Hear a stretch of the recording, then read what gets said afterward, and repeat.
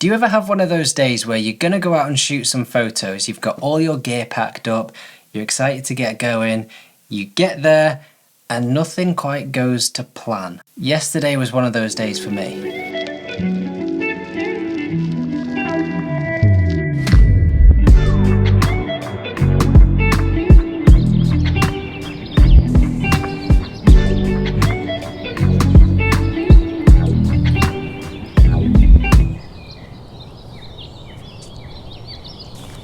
Well, it's been a while since we've seen that in this country. Blue sky. It's absolutely glorious. It's not stopped raining for about 2 months, maybe. So I thought I would come out and take some photos and make the most of the weather. What a day.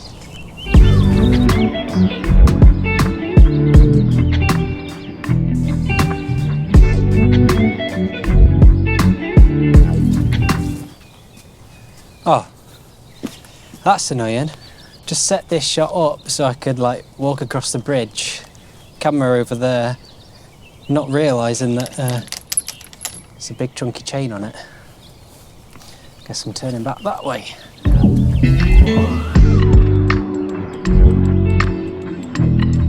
That bridge being closed back there, is this another way over? What do you reckon? The issue is I've got gear in my backpack. And that camera there. Actually, I'd have to come back for that. I completely forgot about having to come back for that camera. The troubles of YouTube. On second thoughts, I'm not doing it. I'm going to give it a miss today. Not quite feeling brave enough.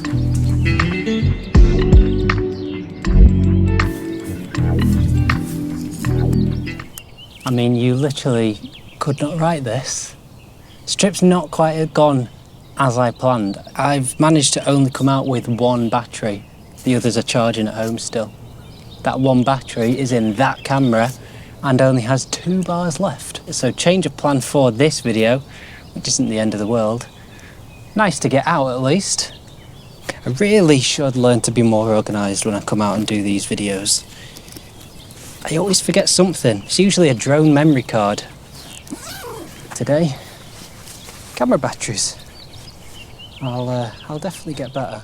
So I planned on going out, shooting some photos, coming back and editing them and showing my whole process behind what I do with my photography. That's clearly not gone to plan because I've had one of them days, forgotten a battery. We've all been there, we've all made those mistakes, whether it's a memory card or whatever. It happens, but we move on. Change of plan for this video though, I'm going to edit some old photos. Not old, recent, just not the newest. I thought I would keep that footage in from yesterday that I shot. Even though it didn't quite go to plan and I didn't get what I wanted, I'd keep that in just to show that it happens to everyone. Enough of that anyway, let's get into editing some photos. I love photo editing, making things pop out, attracting the viewer's eye to the part of the photo that you want to, enhancing certain parts and just making the image look as good as it possibly can. I've already imported a couple of photos into Lightroom. Now, I have edited these in the past. You might have already seen them on my Instagram. I'm going to edit this one again though. This was shot on Brighton Beach just a few weeks ago on a lovely sunny morning, which is quite ironic for this summer because we have had a dreadful summer. First place I will start is usually with my crop and rotation. The only thing I'm going to do, obviously, is just make sure that the sea is level. So the next thing I do is I will go and have a look at some presets, and I do actually have one of my own preset packs available on my website, which is linked down below if you would like to go and have a look. You will find this everyday collection, which includes all of these 6 presets, and there is also a few other things like prints available to purchase if you wish. Go and have a look, let me know what you think. So I'm just going to have a flick through these, see which one I like the look of. Now, a couple of them are quite extreme, but I like to dial it back if I need to. When I first edited this photo, I used cool greens, but I think for this one, I'm going to go for vintage summer. I'm going to do a slightly different edit, and you can see it's quite dark, so I'm just going to make all of my usual adjustments. It's a nice sunny day. Maybe just reduce the temperature just a little bit. The preset is just a starting point. It's so you can get into around about the area that you want to be, and then you can make your tweaks as you wish. That is the original. We've already made a huge difference to this photo just by making a few tweaks to a preset. Then you can see over here we've got a few things floating around in the sea, so I'm just going to go and get rid of these, get rid of that. Even though they're just little things, it makes a huge difference. It looks a lot cleaner. And then that is pretty much all I would do to a photo, so I don't drastically edit them. However, there is one magic key that really helps to take your images to the next level, and that is using masks. And everyone should be using masks when they edit their photos. They make such a difference. So the first thing I'm going to do is grab a linear gradient. Because we've got the shadows of the deck chairs behind the chairs, the sun is obviously up here in this top corner. Ever so slightly going to reduce the exposure, maybe reduce the contrast as well. Even though it's very subtle, if we turn that on and off. So I just like the way that that draws your attention towards this middle part of the image. It helps just shape the image a little bit more. Grab a radial gradient and I'm going to do a massive one, just like this. Going to increase the exposure just ever so slightly. It adds a nice little hazy glow. You can see the difference that that's made. It's just helped add depth to the shot, and it's helped to take that image to the next level. That is all I would do to that photo. I love how that looks. That is one of my favourite shots I've ever taken. This shot did actually take me about 20 minutes to take, believe it or not, because there was loads of deck chairs dotted around and I was trying to find the perfect place where I could find a nice composition, where the chairs were roughly the same distance apart and I didn't want the sea overlapping the sign.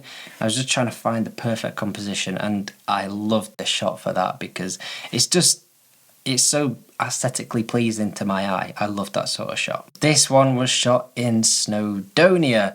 Again, another lovely sunny day. This doesn't always happen. It's just a little bit of a coincidence that I've chosen 2 sunny shots. So I'm just going to go straight in and choose a preset. This time I'm going to choose Summer Haze, and this one has almost got me exactly where I want straight away. I am still going to make a few tweaks. Maybe going to drop the shadows and the blacks a little bit and increase the contrast just a little bit. The temperature's about right, but I'm going to go into the yellows and just going to try and make them a little bit more green.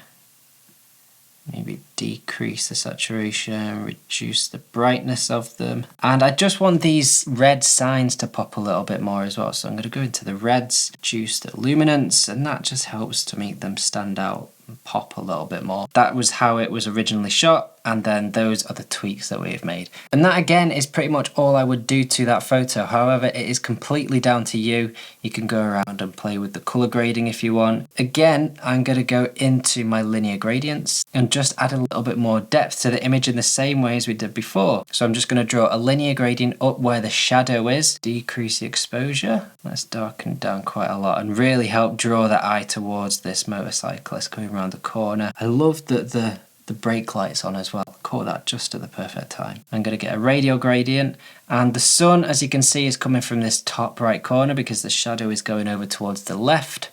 So I'm going to put the sun on this side this time, maybe make it a bit bigger. And then if we turn the masks on and off, look at the difference that has made. Huge difference. It is one of my favourite things to do, playing around with masks, and there's so much you can do with them. This is just a very basic way of using them, but it just adds so much more depth, and you can use them to help draw the viewer's attention to a certain part of a photograph. And that is what I've tried to do with this one by trying to get the viewer's attention towards the motorbike. And this one finally is a little bit different. This was shot in a very dark situation. The sun had gone down entirely. The sky looks really nice. I love that Holly, my girlfriend, is in silhouette. So for this one, I think I am going to go for a black and white one. I do have 2 black and white presets. I've got Filmic Noir and Fade Away. I think Filmic Noir really suits this shot because it helps make the sky stand out. Just adds a bit of intrigue. I love it.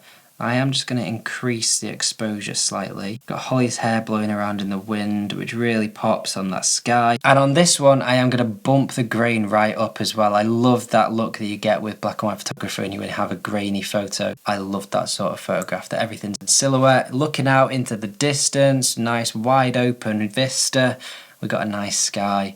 I love that. And on this one, I'm not going to do as much masking. I might just grab a radial mask and increase the exposure of the sky just there a little bit to help try and make Holly's hair that's blowing in the wind pop a little bit more. That is how I use masks in my photos 80% of the time. There is so much more that you can do with them, whether you're masking out your subjects and just making tweaks to subjects. You can intersect masks, so if they're overlapping you can just affect certain parts of your masks. It's really clever and it makes such a difference to your photos if you use them subtly. Make them look a little bit more dynamic.